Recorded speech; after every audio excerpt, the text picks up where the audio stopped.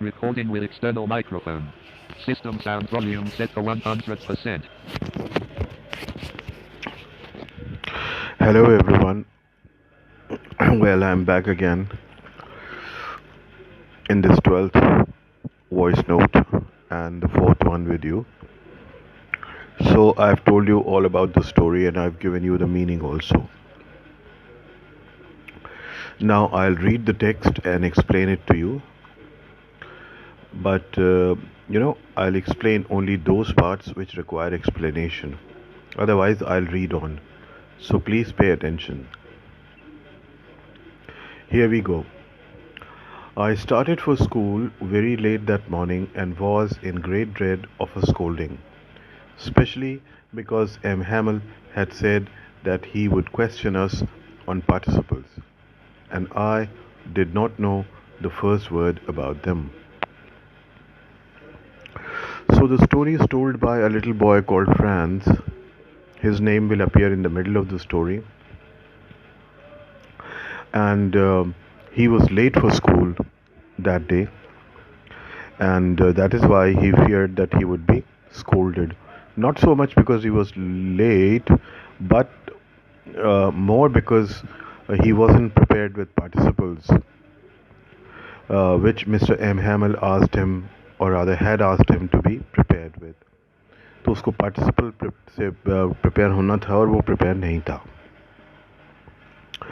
Now, you see, I've already explained you what participle is. Here, I'll draw your attention to the use of verb. I started for school. This is past simple. And then he says, M. Hamill had said. This is past perfect. Past perfect form is used to talk about the past which is earlier in time from us or remote in time from us. And past simple describes the past which is closer to us. So the two actions are taking place here. One, Franz starting for school, and something said by Mr. M. Hamill. So what M. Hamill said happened earlier. M. Hamill ने उससे पहले बताया था, class से पहले बताया था, जाहिर है उस दिन से पहले बताया था. And he started for school that day. So, for M. Hamill we choose had said, and for Franz we choose I started. जैसे कि हमने पिछले साल पोर्ट्रेट ऑफ अ लेडी में देखा था, और फिर वो oft coated example, the patient had died before the doctor arrived.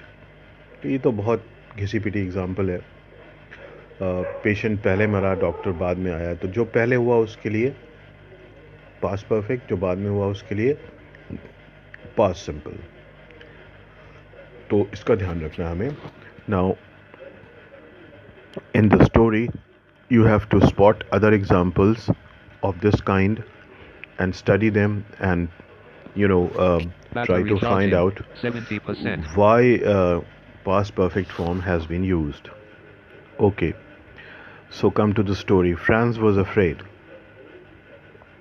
For a moment I thought of running away and spending the day out of doors. It was so warm, so bright. The birds were chirping at the edge of the woods, and in the open fields back of the sawmill the Prussian soldiers were drilling. It was all much more tempting than the rule for participles. So it was really enticing for him. He wanted to spend the day outdoors, but he says, but I had the strength to resist and hurried off to school. But then he had the courage to overcome his temptation, and he decided to go to school. When I passed the town hall, there was a crowd in front of the bulletin board. Well, earlier in small towns, there used to be a place called town hall. It usually lodged a library and other indoor sports facilities and newspapers, etc., where people used to go and pass time. And bulletin board, as I've told you, is the news board. I mean, whenever a news had to be shared with the um, civilians, it was placed on the town hall. So he noticed a crowd there near the bulletin board. For the past 2 years, all our bad news had come from there. So whatever bad news had come, it was placed on the bulletin board. What kind of bad news? The lost battles, the draft, the orders of the commanding officer. So all these things, the developments in the war was going on. And I thought to myself without stopping, what can be the matter now? So he thought that the worst had happened. The Prussians had already conquered France. So what would they be announcing now? That's what he thought. Then, as I hurried by as fast as I could go, the blacksmith watcher, who was there with his apprentice reading the bulletin, called after me. So this word WACHTER, either you say water or you say watcher. Either you say washer or watcher. So watcher is the name of the blacksmith who was there along with his apprentice, and he called after Franz. To call after is to, you know, call from a distance in a loud voice. Remember, call on means to go to meet. For example, the British ambassador called on the Prime Minister this evening. Back to story now. So, this is what the blacksmith said. Don't go so fast, Bob. You will get to your school in plenty of time. So he asked him not to hurry. And get to your school in plenty of time, that means by the time you get to your school, plenty of time will remain for the school to start. In other words, early enough. I thought he was making fun of me and reached M. Hamel's garden all out of breath. So obviously he was late, and then this kind of remark that there'd still be time. So he thought that he was mocked at, and he reached M. Hamel's garden panting.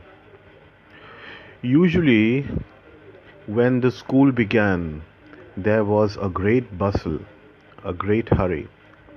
जैसा कि होता है जब school खुलता है तो शोर होता है, सारे बच्चे इधर उधर मूव कर रहे होते हैं, सब अपनी अपनी क्लासेस में जा रहे होते हैं, अपनी अपनी चेयर्स पे बैठ रहे होते हैं, बात कर रहे होते हैं, So which could be heard out in the street? What kind of noise? The opening and closing of desks, lessons repeated in unison, that is in chorus, very loud, with our hands over our ears to understand better. This might have happened with you when you were, say, in primary or pre-primary classes, तीसरी चौथी class में जब आप होंगे तब आप जाते होंगे तो लेसन्स भी याद करते होंगे कि आपसे पूछा जाएगा तो आप क्या कहेंगे. तो ये नॉइज़ था. And the teacher's great ruler thumping on the table. Ruler, I told you while giving the meaning, kind of a scale or roller. तो उसमें वो रूलर से टेबल थपथपा रहा था टीचर, ताकि वो खामोश हो जाए. Teacher's great ruler, those days teachers used to use their rulers for beating children. Nowadays, of course, it's banned. So the children were usually terrified with that. But now it was all so still. But that day, everything was so silent and motionless. I had counted on the commotion to get to my desk without being seen.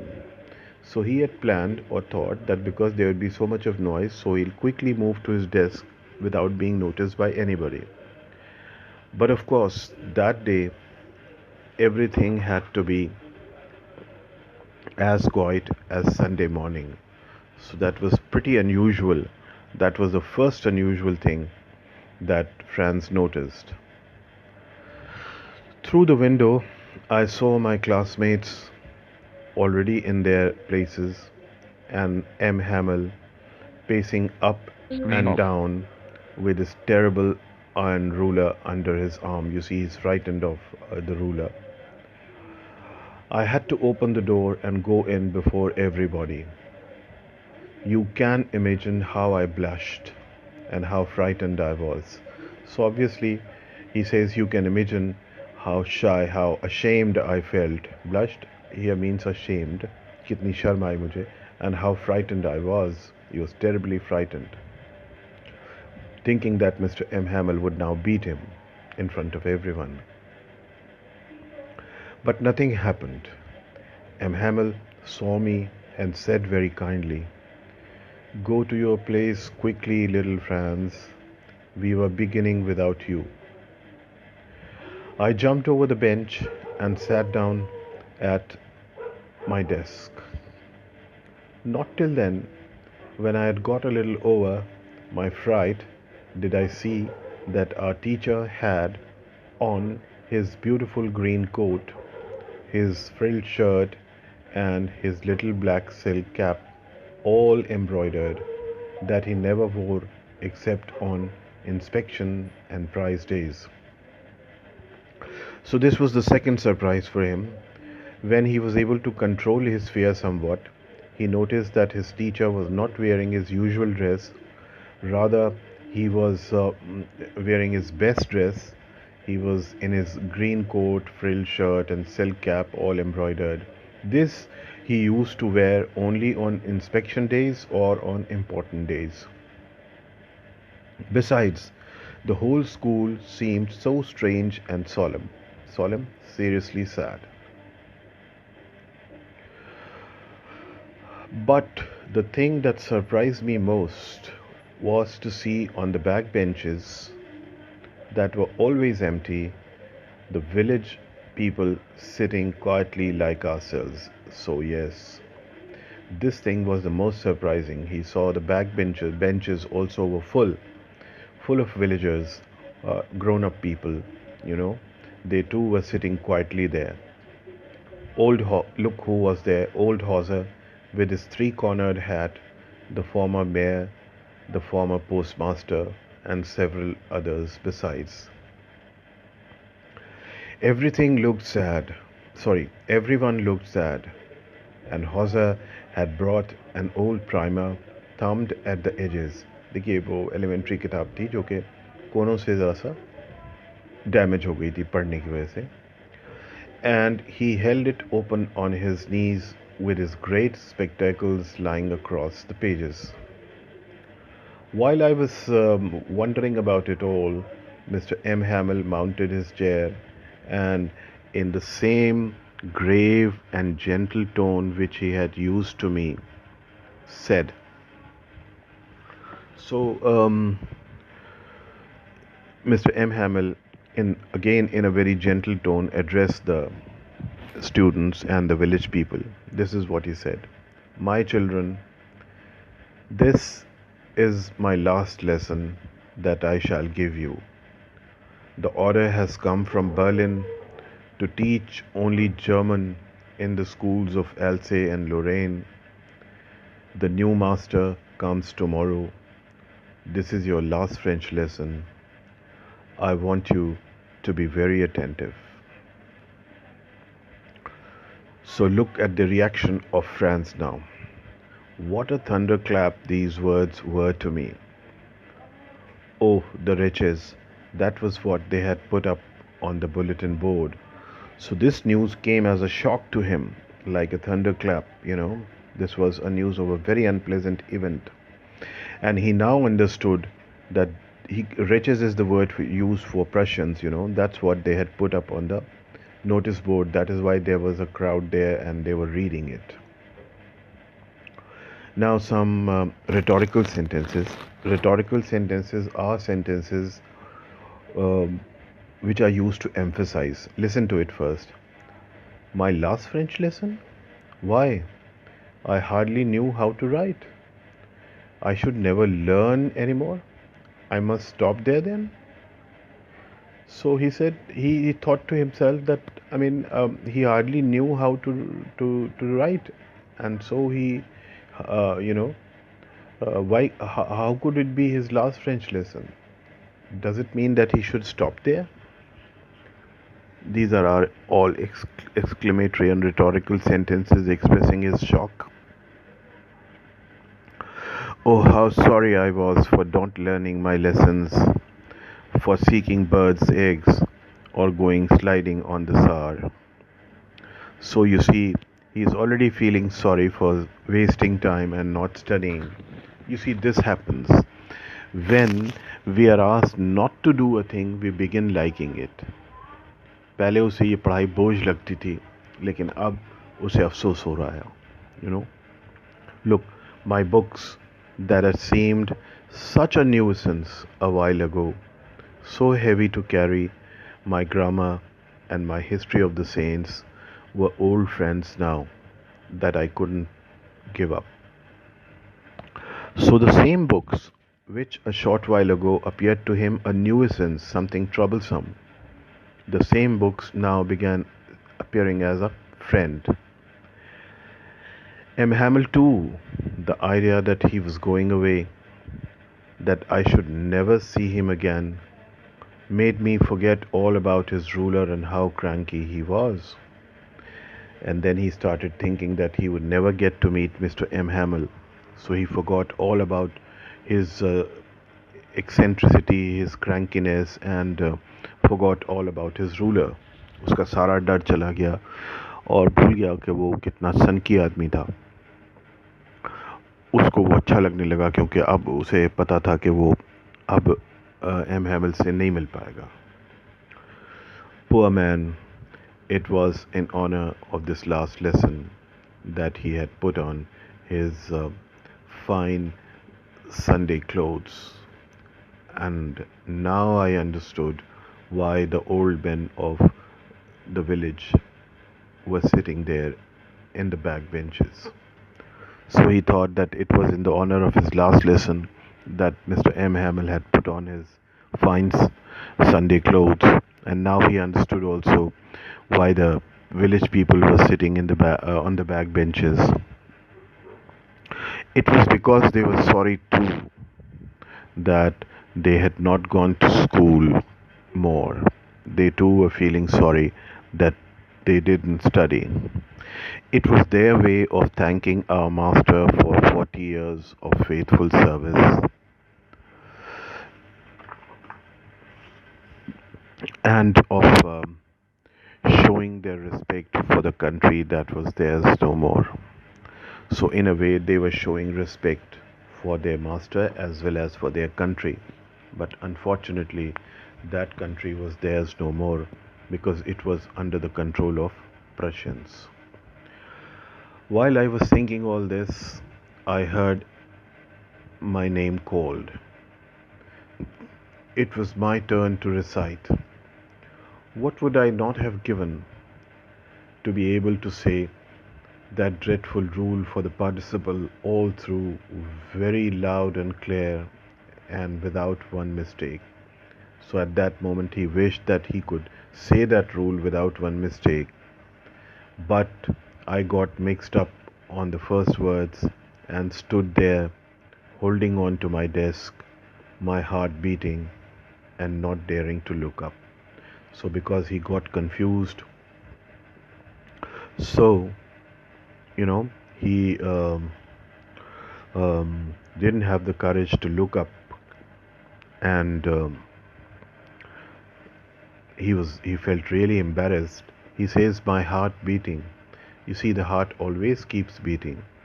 So here heart beating suggests that he was feeling very nervous and ashamed. I heard M. Hamel say to me, I won't scold you, little Franz. You must feel bad enough. See how it is? Every day we have said to ourselves, bah, I have plenty of time. I'll learn it tomorrow. So that's what we have been telling. We usually tell each other, we keep on postponing learning. And now you see, Where we've come out? Ah, that's the great trouble with Elsie.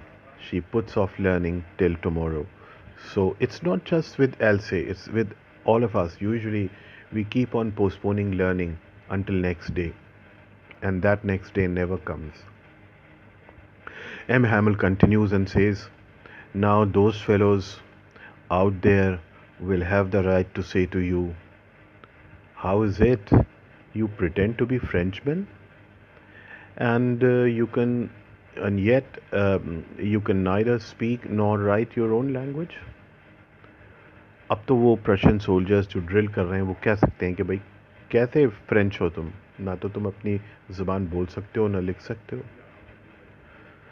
Mr. M. Hamill continues, but you are not the worst, poor little France. We have all a great deal to reproach ourselves with. He says, you are not the only one to blame. Everyone is to blame. See, now he's addressing the grown up people. Your parents were not anxious enough to have you learn. They preferred to put you to work on a farm or at the mills so as to have a little more money. So you see, the village people, their parents, in fact, just wanted to have a little more money, so they sent their children to work they could not learn. And I've been to blame also. He blames himself as well. He says, have I not often um, um, sent you to water my flowers instead of learning your lesson? And when I wanted to go fishing, did I not just give you a holiday? So that was his mistake. He often asked them to water his plants or to take a holiday whenever he wanted to go fishing. So he is also responsible for it. Then from one thing to another, M. Hamill went on to speak of the French language, saying that it was the most beautiful language in the world. This shows his language of the French language. The clearest, the most logical, that we must guard it among us and never forget it. Because when a people are enslaved, as long as they hold fast to their language, it is as if they have the key to their prison. Now, this sentence is important. Hold fast to their language means are attached to their language. What M. Hamill is trying to say, that they should remain attached to their language, and this attachment will one day become their key to prison. That is, they will achieve freedom because of their language. Now here I'll call your attention to the role that our native languages played in our freedom movement. For example, Hindi, Urdu, the secret messages were conveyed in Hindi, and various poets and writers, motivated people through their works.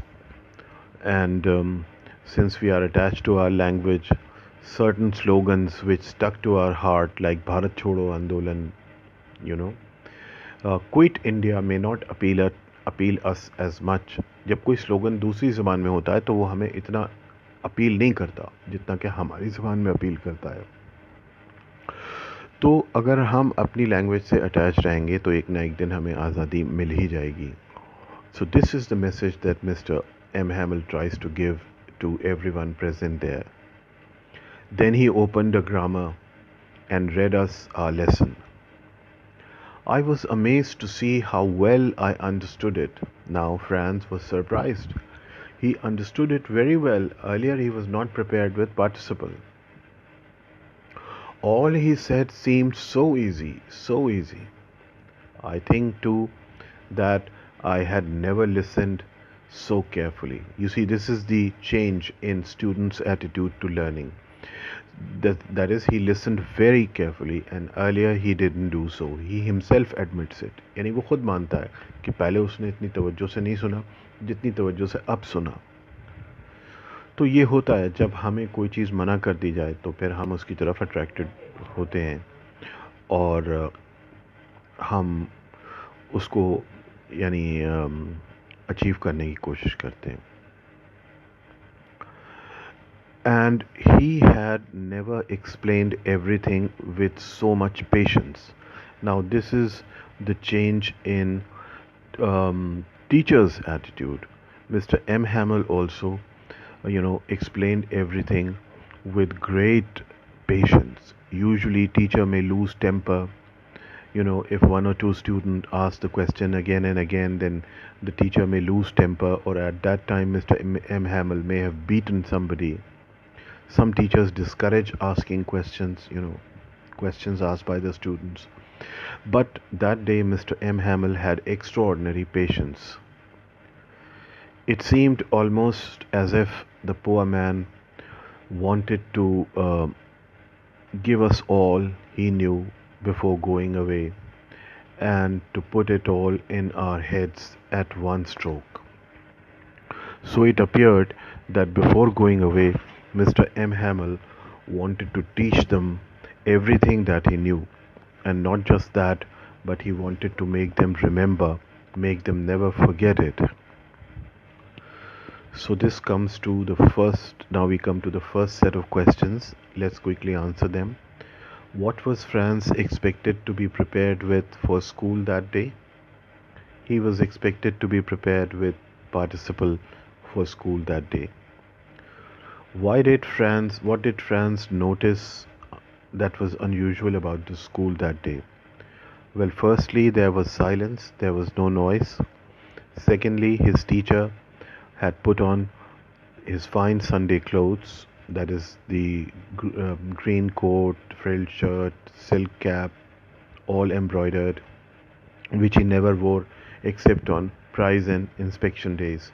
And thirdly, and most surprisingly for him, he saw the villagers, the grown up people of the village, sitting at the back benches that were always empty.